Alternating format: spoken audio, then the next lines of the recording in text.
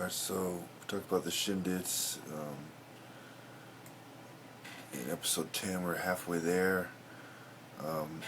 Battle of the Atlantic, algebraic equation of war, the Industrial War, factory wars won by Britain and America and Canada, mobilizing men and women, getting scrap materials for war. I know there's a lot of misspellings there. I know how to spell.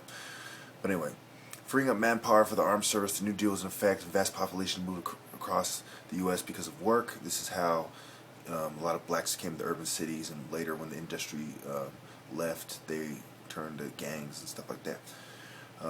Dam Buster raid, bombs that bounce on water. RAF bombers attack Hamburg, cause firestorms, small fires into a giant inferno, a fireball sucking in air, temperatures hitting 800 degrees Celsius. People are dying from incineration, asphyxiation. In one attack, 22 square kilometers, 6 years, 60,000 British civilians died in bombing. Compare that to the fireball attack. It just massacred people. The Battle of the Kursk, Stalingrad defeated in January 1943, and the largest tank battle it commenced. Germany's chance to win the war in the east.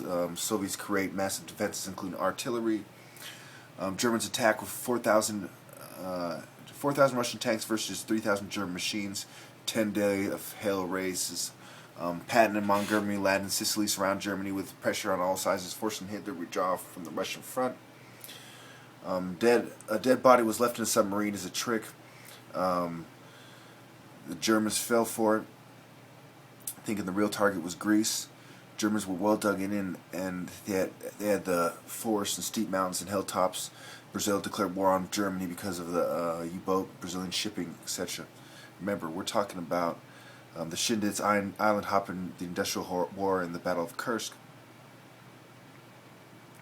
So going on, there's the Battle of the Casino,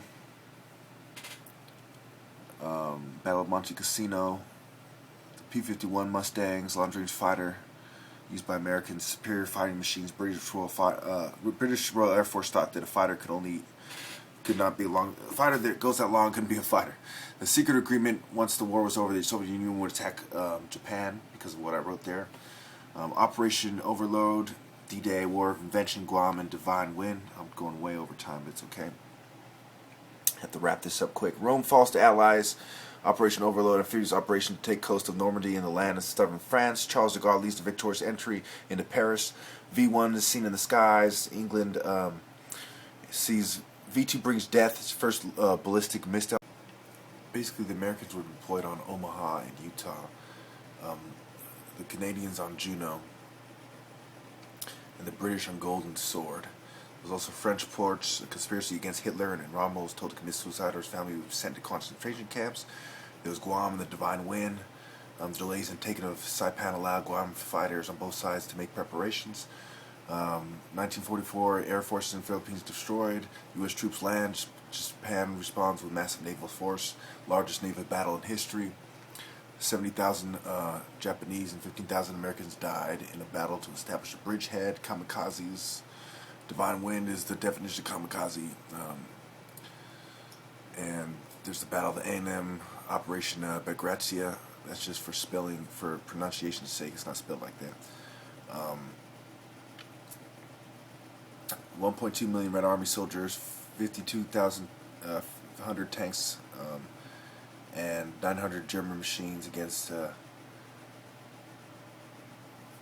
5,200 tanks, and there's 6,000 Soviet aircraft against 1,300 Luftwaffe.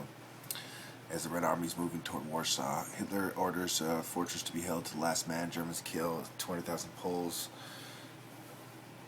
in Warsaw. The Soviets allow it to happen because they're positioning, and Germans reorganize as Allies ignore intelligence, just like they're ignoring me telling you the truth. Thank you.